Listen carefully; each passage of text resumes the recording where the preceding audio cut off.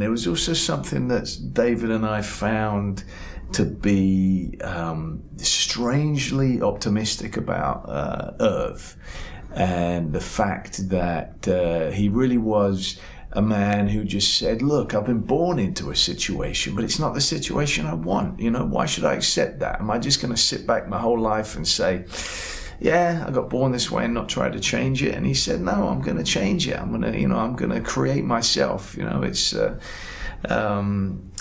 little bit sort of Pygmalion-like. If he says, no, I'm not happy, and why should I be? You know, I'm going to become somebody who has a more exciting life, who has a more romantic life, who has really something to live for and something that exhilarates him each and every day. And, you know, who doesn't want that? Everybody wants that. And just the difference is that in search of this bigger truth that Irv is after, he's willing to tell as many lies as he has to in order to get there.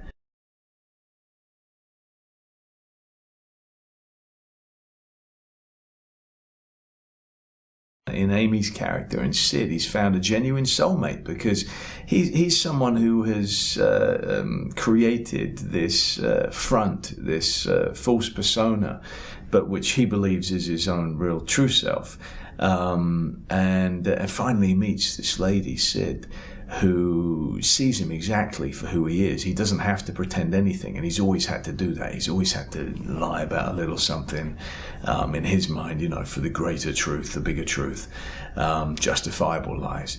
And suddenly with her, he doesn't have to do anything. She sees him for exactly who he is, and he's used to people just walking out the door, and she stays. And so this is stunning to him. You know, he's almost embarrassed by the fact that he's getting affection from this lady when she knows so much about him. And that's a real nice little sweet love story, you know, between the two of them.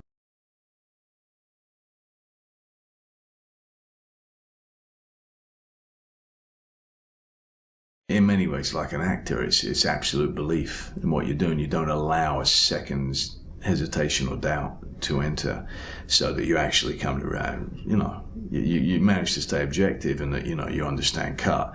As an actor and as a con man, you do understand there's a purpose to this, but you're starting to get to that point where you're almost kidding yourself. And when you're able to do that, then inevitably you're going to be kidding other people successfully.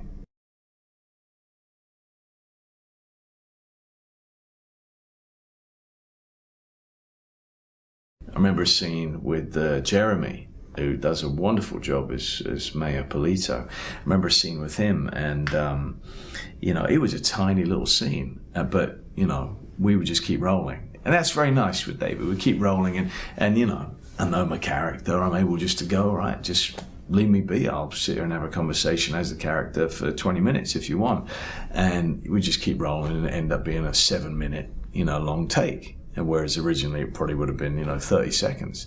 So we did that a lot, and David really loves that kind of ownership of your characters.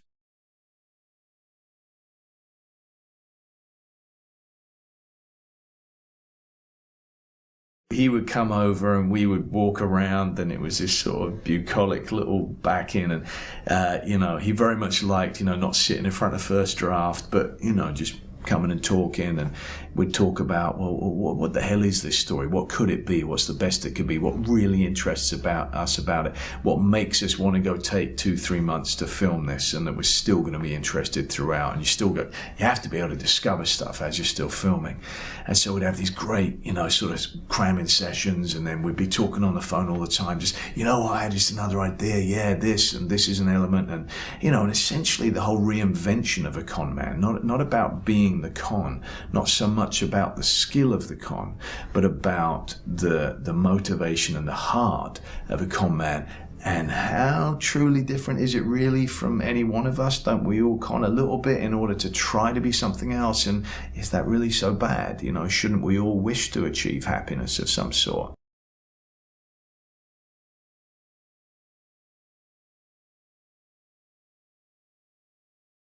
He's got this love of art. You know, he just adores art, the beauty of that. You know, this is something he would never be able to talk about with any of his friends. He'd be mocked, they'd laugh at him, he'd be kicked in the arse.